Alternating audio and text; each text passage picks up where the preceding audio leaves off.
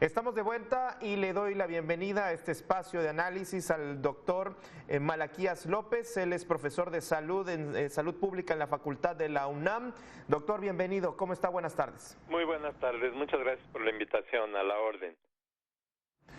Bien, ¿qué podemos esperar de lo que estamos viendo en Europa ante esta relajación de las medidas sanitarias, el uso del cubrebocas, la sana distancia, la apertura de los espacios casi un 100%, la baja vacunación? Pues nuevamente estamos viendo que Europa se empieza a cerrar, vemos restricciones, el caso que no debemos dejar de lado, doctor, pero parece que sí lo estamos haciendo.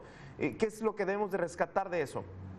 Bueno, mire, primero lo que tenemos que hacer es entender qué está pasando y si nos puede pasar a nosotros también. Efectivamente, en Europa ha habido un aumento importante del número de casos, afortunadamente no del número de muertes. Eso se ha mantenido bastante bajo, pero pues la aparente explicación de que suceda eso en Europa es que dejaron de usar el cubrebocas, que dejaron de respetar el distanciamiento social, que abrieron todo, que se salieron a la calle y a todas sus actividades habituales antes de la pandemia, y bueno, pues se aumentó el número de contagios, el número de casos, y están teniendo una situación de emergencia. Ellos tienen una cobertura de vacunación completa de 65% o más. En cambio, nosotros en México pues estamos en el paraíso, porque aquí estamos en semáforo verde, la gente sale a la calle alegremente, ya no se cuida, se están teniendo muchas actividades de falta de distanciamiento social y pues nuestras tasas de cobertura de vacunación no son mejores. Entonces, lo que tenemos que entender es que si a ellos les sucede, pues a nosotros también nos va a suceder. El que todavía no esté sucediendo no refuerza la idea de que estamos mejor, al contrario, nosotros estamos en una situación igual de mala o peor que ellos, y pues si a ellos les está pasando, a nosotros también.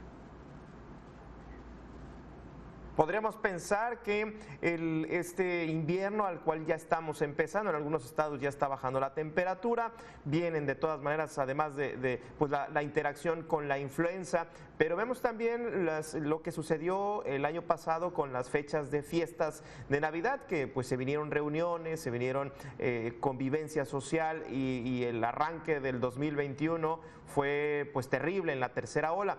¿Se está repitiendo la historia para una cuarta ola así de trágica, doctor?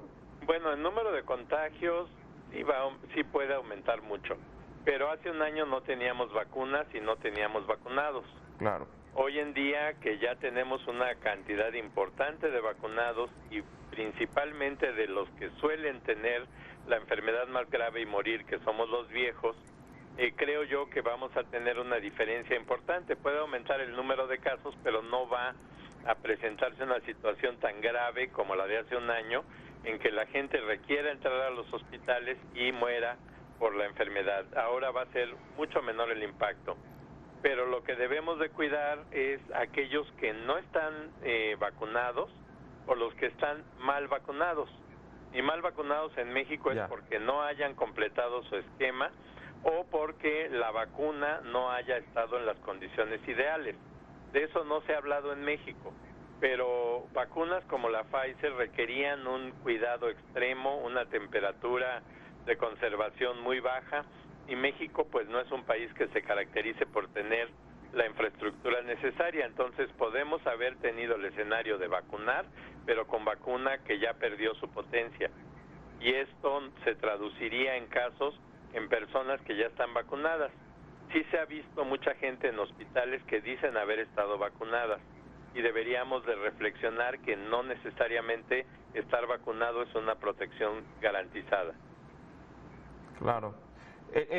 Pongo el caso de lo que comenta, doctor, el caso Cancino, que ya muchos maestros están pidiendo un refuerzo, están pidiendo, o más bien surgen dudas sobre si con esa unidosis o esa única dosis al día de hoy pues sigue siendo vigente, cosa que pues no está muy claro esa información de Cancino, doctor. Bueno, Cancino nunca ha misteriosamente dado a conocer resultados finales de lo que fue la protección que se alcanza después de la vacunación con una dosis, y mucho menos han dado a conocer datos acerca de cómo puede declinar la protección que su vacuna ofrece. Las demás vacunas sí lo han publicado. Justo estaba viendo un resultado donde se comparan, o una gráfica donde se comparan los resultados de estudios canadienses y norteamericanos a través del tiempo y la protección que dan las vacunas con respecto a tener infección, a tener enfermedad grave y a poder morir. Todas tienen abierta esa posibilidad, pero mucho menos para enfermedad grave y para poder morir. En México ni siquiera sabemos, y de esta vacuna CanSino no sabemos nada, es un misterio mundial, y pues nada más se aplicó porque sí. La que tenían ahí a la mano, ¿no? Exactamente. Doctor, preguntarle, la vacunación para menores, ese es otro tema que hemos visto, la noticia de que ya en otros estados, en otros países, perdón, de la Unión Europea, ya está empezando la vacunación de menores de edad. Hay quien considera que en México hay las suficientes dosis de Pfizer, por lo menos de Pfizer, para empezar a vacunar, pero de pronto el plan, si es que se le puede llamar plan, pues pierde comunicación sobre lo que está haciendo el propio plan. No hay fecha aún para la vacunación para menores de edad. ¿Esto cómo complicaría, teniendo en cuenta que viene una cuarta ola? Bueno, eso es un problema muy serio. Mire, hace un año se dijo que necesitábamos llegar al 70% de inmunidad para poder aspirar a que se detuviera la pandemia, bueno, la epidemia. Pero poco tiempo después, con la aparición de variantes, se recalculó esa cifra y se dijo 90%. En México no hay manera de llegar al 90% si no se vacuna a los jóvenes y a los niños. Ellos son el 30% de la población. Entonces, suponiendo que lográramos una cobertura perfecta de los no niños, de los mayores de 18, apenas llegaríamos al 70%, pero nunca podríamos aspirar al 90%.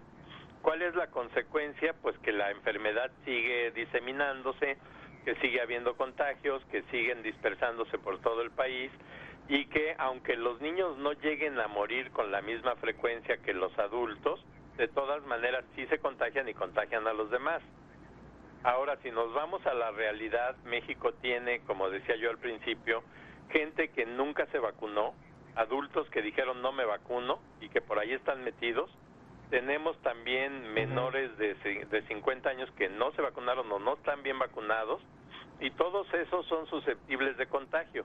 ¿Quién los puede contagiar? Pues los jóvenes. Si dejamos que corra la infección entre los jóvenes, ellos tarde o temprano, ahora que vienen todas estas épocas de reuniones, las posadas, la Navidad, el Año Nuevo, vamos a lograr que el virus encuentre a todos los que todavía puede afectar gravemente.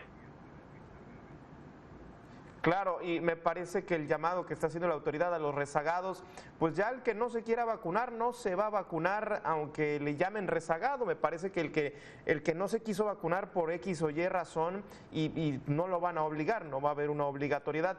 Pero regreso a la pregunta, el hecho de no vacunar a los jóvenes, de pronto es inexplicable que al día de hoy en el plan de vacunación no esté insertado. ¿Es porque no hay vacunas o simplemente la idea de que tenía el secretario de Salud de no vacunar a sus nietos?